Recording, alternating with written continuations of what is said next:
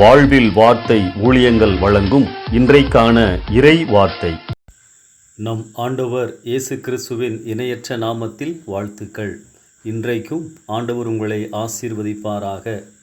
ஒரு நல்ல வேலைப்பாடுள்ள ஒரு துணி சாக்கடையில் விழுந்து விட்டால் அதை சுத்தம் செய்வது மட்டுமல்ல, அந்த துணியில் இருக்கும் நாற்றத்தையும் அகற்ற வேண்டும்.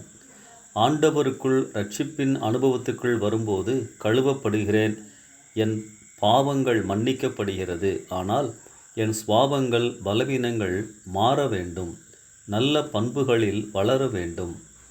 நம்முடைய கிறிஸ்தவ வாழ்க்கையில் பரிசுத்தமாகிக் கொண்டே இருக்கும் அனுபவங்கள் முக்கியமானது, அவசியமானது. சான்டிஃபிகேஷன் என்று சொல்லுவார்கள், அதாவது சுத்திகரிக்கப்படுதல். எவைகள் நம்மை பரிசுத்தப்படுத்துகின்றன?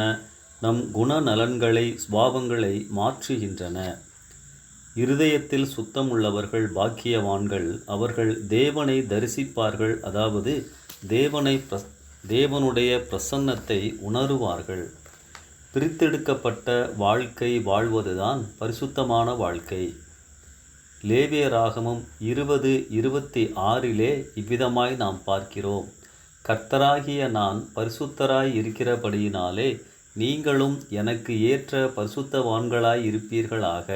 நீங்கள் என்னுடையவர்களாய் இருக்கும்படி உங்களை மற்ற ஜனங்களை விட்டு பிரித்து எடுத்தேன்.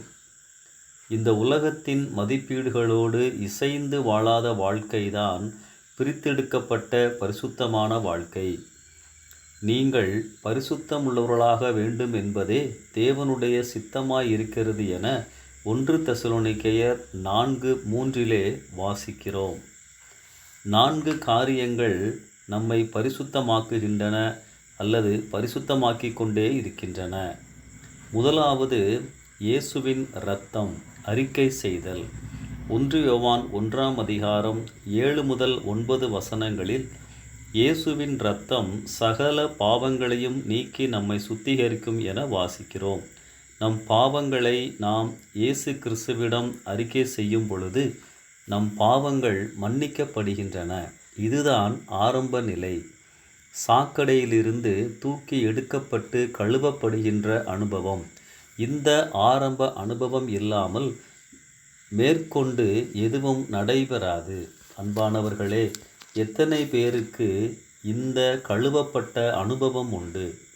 தன் பாவங்களை மறைக்கிறவன் வாழ்வடைய மாட்டான், அவைகளை அறிக்கை செய்து விட்டு விடுகிறவனோ இரக்கம் பெறுவான் என நீதிமொழிகள் 28:13 வாசிக்கிறோம்.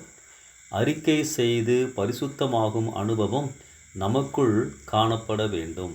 இரண்டாவது, பரிசுத்த ஆவியானவர் நிரப்பப்படுதல். கர்த்தராகிய இயேசுவின் நாமத்தினாலும் நமது தேவனுடைய ஆவியினாலும் கழுவப்பட்டீர்கள், பரிசுத்தமாக்கப்பட்டீர்கள், நீதிமான்களாக்கப்பட்டீர்கள் என 1 கொரிந்தியர் 6:11 வாசிக்கிறோம். நம் சுபாவங்களை மாற்றுகிறவர் பரிசுத்த ஆவியானவரே.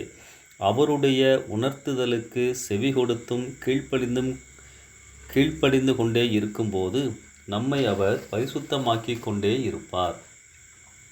நமக்கு அருளப்பட்ட பரிசுத்த ஆவியினாலே தேவ அன்பு நம்முடைய இருதயங்களில் ஊற்றப்பட்டிருக்கிறது என ரோமர் 5:5 கூறுகிறது. நாம் தவறு செய்கின்ற பொழுதெல்லாம் ஆவியானவர் நம்மை திருத்துகிறார், உணர்த்துகிறார் என யோவான் 16:7-13 இயேசு கிறிஸ்துவே சொல்லியிருக்கிறார்.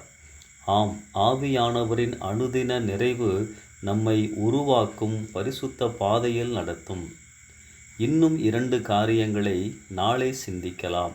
ஆவியானவர் நம்மை நிரப்பி நடத்துவாராக. இந்த சிந்தனையோடு இந்த நாளை ஆரம்பிப்போம். ஆமென்.